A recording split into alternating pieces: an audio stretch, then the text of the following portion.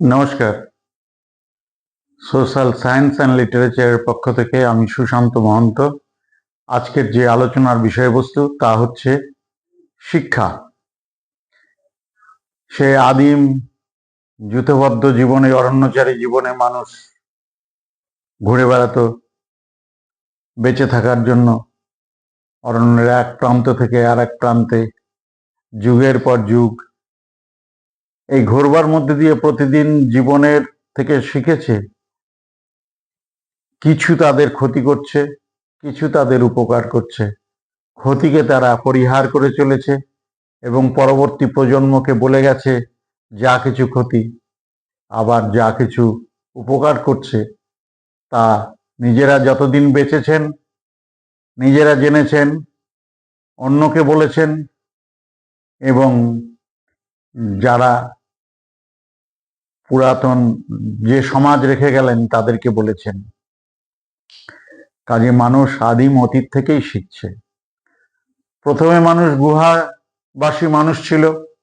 গুহাবাসী মানুষ থাকার সময় মানুষ হয়তো দেখা গেছে গুহা থেকে কেউ শিকারে চলে গেছে। শিকারে চলে যাওয়ার সময় সে দেখছে কেউ নেই, এসে তাকে খুঁজবে। সে হয়তো তখন প্রাণপণ চেষ্টা করে শিকারের একটি চিহ্ন এঁকে দেওয়ার চেষ্টা করেছে। ক্রমেই বিবর্তিতভাবে ছবি আঁকা শিখেছে মানুষ এবং ছবি থেকেই শিখেছে অক্ষর লিখতে। প্রথমে ছিল চিত্রলিপি বা ইংরেজিতে যাকে বলা হয় পিক্টোরিয়াল রাইটিং। এই পিক্টোরিয়াল রাইটিং এরই বিবর্তিত রূপ আজকে আমরা সারা পৃথিবীর যত অক্ষর আছে সব অক্ষর।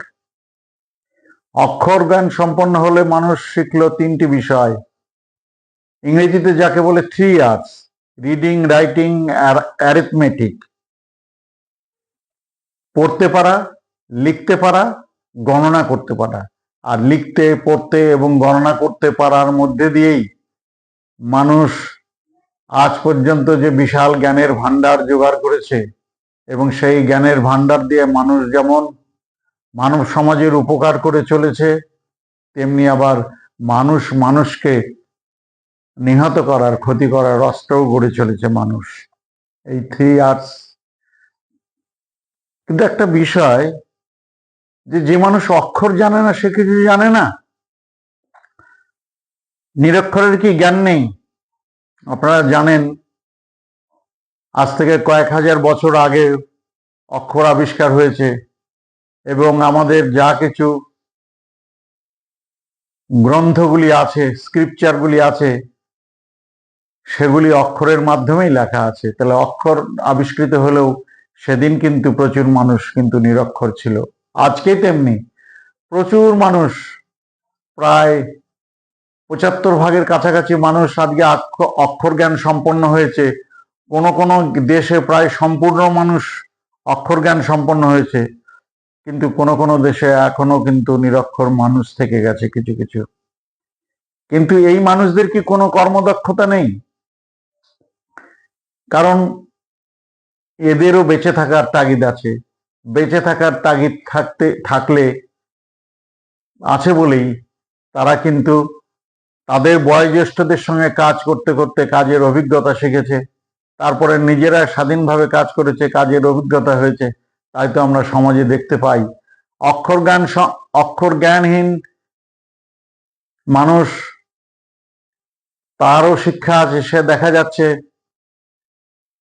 যে সুন্দর কাঠের আসবাবপত্র তৈরি করছে, দেখা যাচ্ছে সুন্দর বাসনপত্র তৈরি করতে পারছে, দেখা যাচ্ছে কর্মকার মানুষের জীবনের প্রয়োজনের সমস্ত অস্ত্রপাতিগুলি তৈরি করতে পারছেন, জিনিসপত্রগুলি তৈরি করতে পারছেন। আমরা দেখতে পাচ্ছি স্বর্ণকার, নিরক্ষর স্বর্ণকারও তিনি মানুষের গহনা তৈরি করতে পারছেন। কাজেই এবং তিনিও তার যে অভিজ্ঞতা, সেই অভিজ্ঞতা পূর্বপুরুষদের সঙ্গে কাজ করার মধ্যে দিয়ে তিনি যেমন অর্জন করেছেন, তেমনি আবার সেই অভিজ্ঞতা তিনি বয়োজ্যেষ্ঠ হলে তার অনুজ প্রতিম যারা কাজে এসেছে, তার চেয়ে বয়সে যারা ছোট কাজে এসেছে, তারা আবার তার কাজ শিখেছে, তিনি পৃথিবী থেকে বিদায় নিয়েছেন। তো বেঁচে থাকার জন্য এই সমাজ ব্যবস্থায় পেশা গ্রহণ করতে হয়, কারণ মানুষ দীর্ঘ সময় অতিক্রমের মধ্যে দিয়ে, তার আবিষ্কারের মধ্যে দিয়ে মানুষের জ্ঞান বিজ্ঞানের শাখাকে, অর্থাৎ মানুষের মঙ্গলকামী জ্ঞান বিজ্ঞানের শাখাকে এত দূর প্রসারিত করেছেন যে একটি মানুষের পক্ষে সমস্ত কিছু জানা সম্ভব নয়।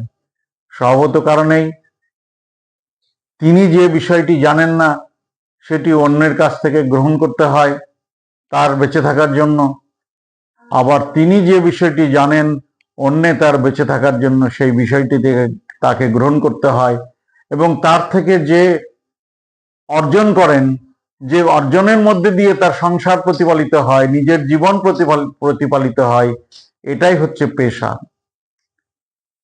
তা মানুষের শিক্ষিত হলে তার পেশাগত জ্ঞানটা অবশ্যই থাকতে হবে।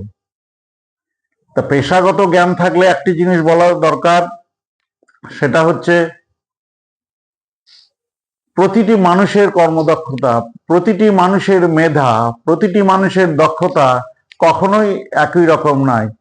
যিনি তার সাধ্যমতো যতটুকু দিয়েছেন সমাজকে ততটুকুই গ্রহণ করতে হবে, এবং প্রত্যেকের এই ন্যূনতম করে দেওয়ার মধ্যে দিয়েই কিন্তু সমাজ এগিয়ে চলেছে। এবং একটি কথা বলতে হবে, তার ফলে কিন্তু বিভিন্ন পেশাগত জ্ঞান বেড়েছে, জ্ঞান বিজ্ঞান বহুভাবে বিভাজিত হয়েছেন, এবং এই সঞ্চিত জ্ঞান অধ্যয়ন করতে করতে আমরা দেখেছি আমাদের সমাজের মধ্যে বিভিন্ন পদবি দেওয়া হয়েছে। কেউ আচার্য হয়েছেন, কেউ উপাধ্যায় হয়েছেন,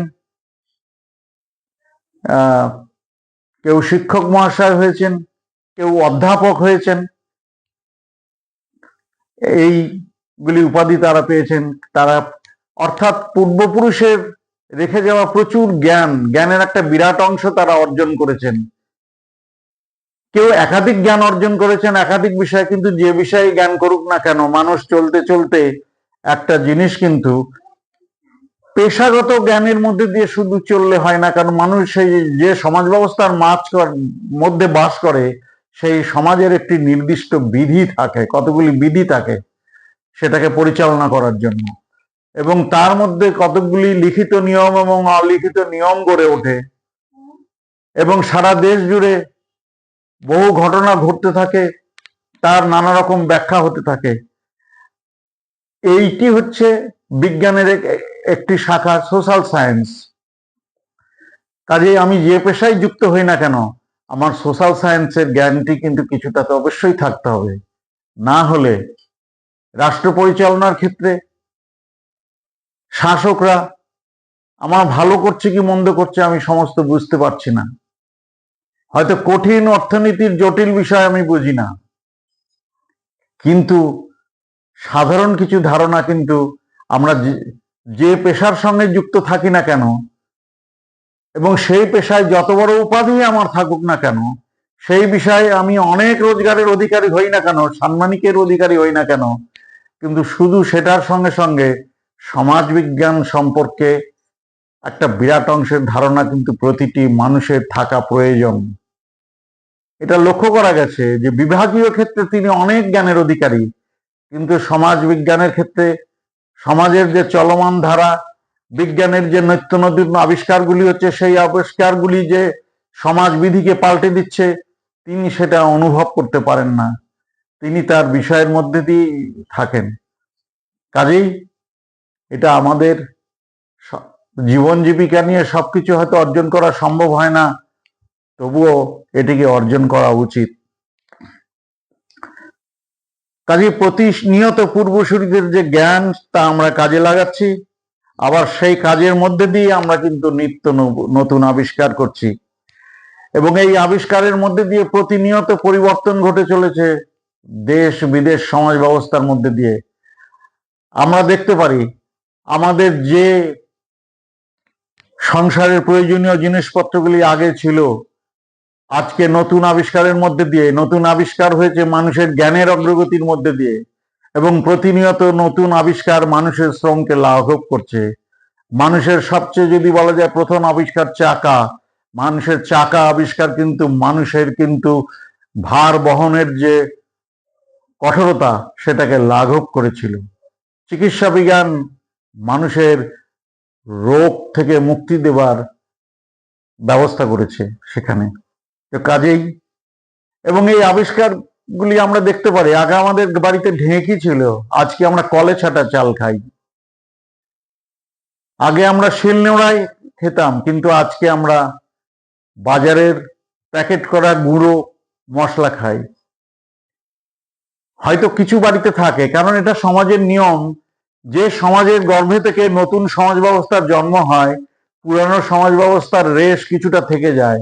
যেমন মানুষ তার নিকটবর্তী পূর্বপুরুষদের মতো অনেকটাই হয়। কথাই বলে নরাণাং মতলক্রম। তো কাজেই নতুন ব্যবস্থা আসলেও পুরাতন ব্যবস্থাটাকে তুলে দিতে বহুদিন লাগে। কাজেই নিজের আবিষ্কার জ্ঞান দিয়ে আমরা নতুন যেমন সৃষ্টি করছি, সমাজকে পরিবর্তন করে যাচ্ছি, এবং জীবনও আমাদের প্রতিনিয়ত পাল্টে যাচ্ছে।